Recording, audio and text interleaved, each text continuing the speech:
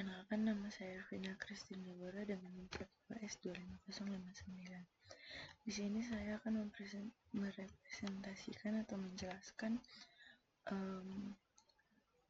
pekerjaan saya di UAS mata kuliah pemrograman prosedural. Di sini seperti yang diminta pada ujian kali ini, Anda diminta untuk mengembangkan sebuah solusi sederhana untuk manajemen inventory barang di sebuah gudang penyimpanan. Struktur data barangnya ialah sebuah data barang terdiri atas 4 atribut. Yang pertama itu ada ID, nama barang, kategori, dan stok. Adapun inisial datanya yang tersimpan di storage inventory repository.txt itu laptop Asus Electronic 15, Indomie goreng dengan kategori makanan dan stok 120.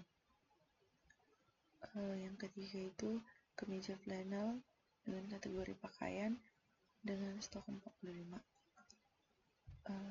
Yang pertama itu adalah task 1.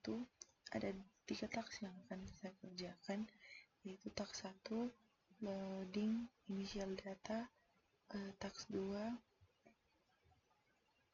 adding new item, task 3 itu update stok. Di task 3 ini kita akan disuruh membuat fitur untuk memperbarui stok yang udah ada, bisa menambah atau menguranginya. Yang kedua itu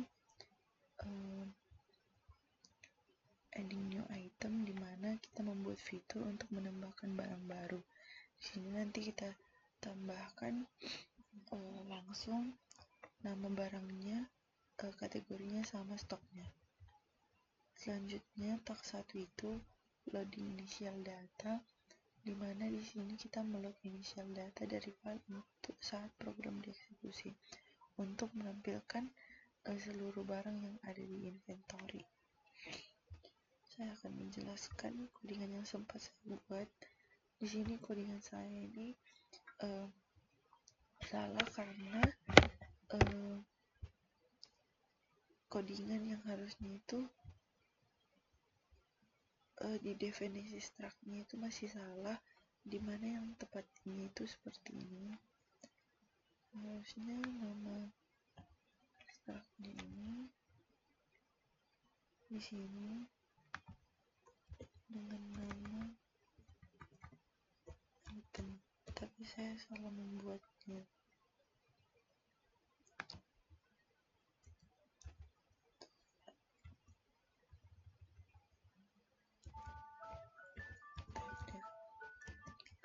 Harusnya seperti ini, dan di sini tuh dia nggak array, jadi langsung aja kayak gini.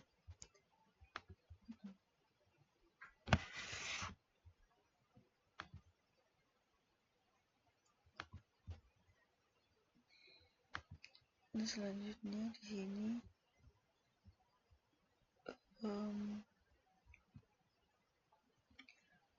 untuk objektif utamanya adalah meload data dari file. Ini kan task 1. Untuk task 1 ini objektif utamanya adalah meload data dari file saat program dijalankan dan menampilkannya. Pertama kan saya sudah membuat struct untuk merepresentasikan entitasnya. Struct ini menyimpan 4 atribut, yaitu ID dengan tipenya integer, nama barang dan kategori bertipe string, dan stoknya bertipe integer.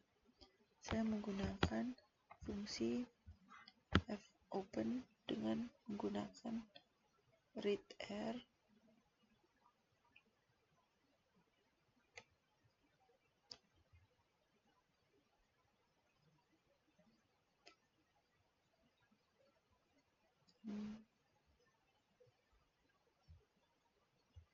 ini dengan reader untuk membuka file repository, melakukan sebuah fungsi parsing.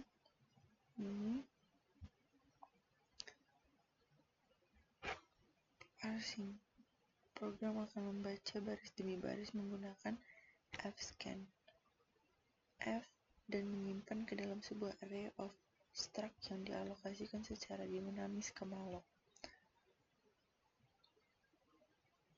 Selanjutnya, bagian krusial dari program ini ada pada looping utamanya untuk menerima stdin.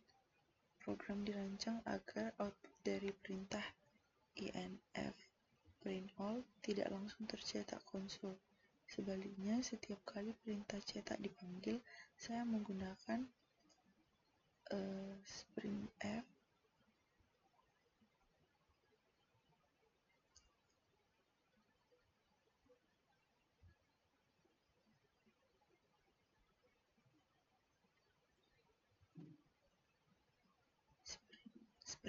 yang belum sempat saya kerjakan untuk merangkai string data barang lalu menggabungkannya ke dalam sebuah buffer atau penampung string menggunakan string cat.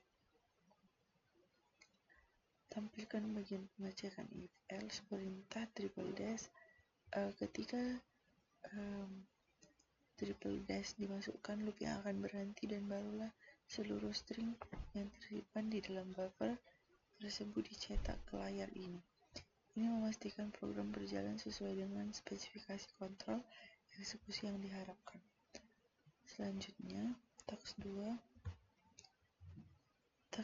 ini saya menambahkan fungsional untuk perintah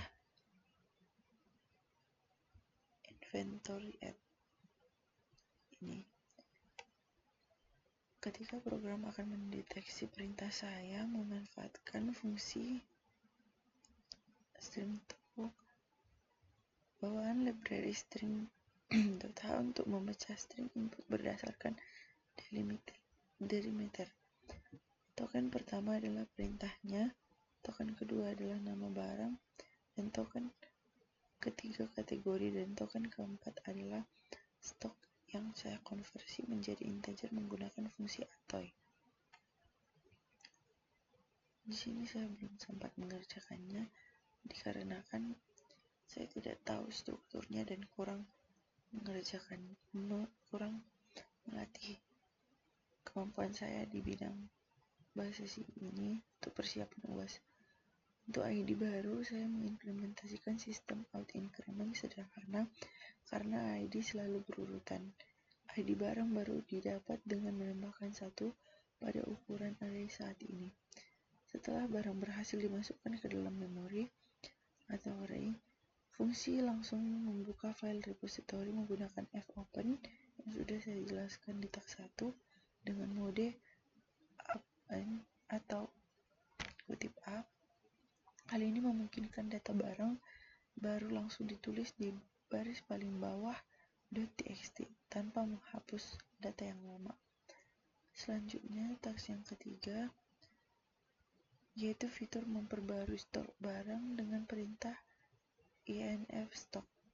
Kembali saya menggunakan string took yang seharusnya saya gunakan, tapi di sini saya tidak menggunakannya karena kurang persiapan. Untuk mengekstrak ID, saya gunakan tadi strtok ID target dengan jumlah perubahan stok target yang bisa bernilai positif maupun negatif. Logikanya, program akan melakukan iterasi atau pencarian beruntun ke dalam array of struct. Jika ID barang di array sama dengan ID target dari input, maka nilai stok pada memori tersebut akan langsung dijumlahkan dengan value perubahannya. Berbeda dengan task 2 yang hanya menambah baris baru. Perubahan baru ini bisa terjadi di baris mana saja. Oleh karena itu, saya melakukan pembaruan ke file eksternal dengan cara membuka fopen dalam mode write. Mode ini akan mengosongkan isi file nama, lalu program melakukan looping untuk menulis ulang seluruh data dari array of struct kembali ke dalam file. Dengan pendekatan ini, integritas pada inventory akan selalu sinkron antara memori dan file storage. Itu adalah demonstrasi dari program yang berjalan. Selama proses pengerjaan UAS ini saya ada beberapa kendala teknis yang menghadapi, yaitu selama mengelola memori dinamis dengan pointer saat menggunakan stentuk membutuhkan kehati-hatian ekstra karena jika pointer menuju ke blok memori yang salah, sering terjadi segment fault. Selain itu, merancang logika buffer agar output hanya keluar tepat saat eksekusi selesai atau triple dash. Juga memahami tentang yang menuntut pemahaman alur data IODC. Secara keseluruhan, saya tidak puas dengan apa yang saya kerjakan ini karena kurangnya persiapan saya dalam materi ini. Oleh karena itu, tidak ada dari program saya ini yang benar karena saya tidak mengerjakannya dengan baik. Sekian presentasi dari saya. Maaf, saya juga harusnya memperbaiki ini. Bagian saya masih salah itu, saya tidak menunda output hingga perintah triple dash.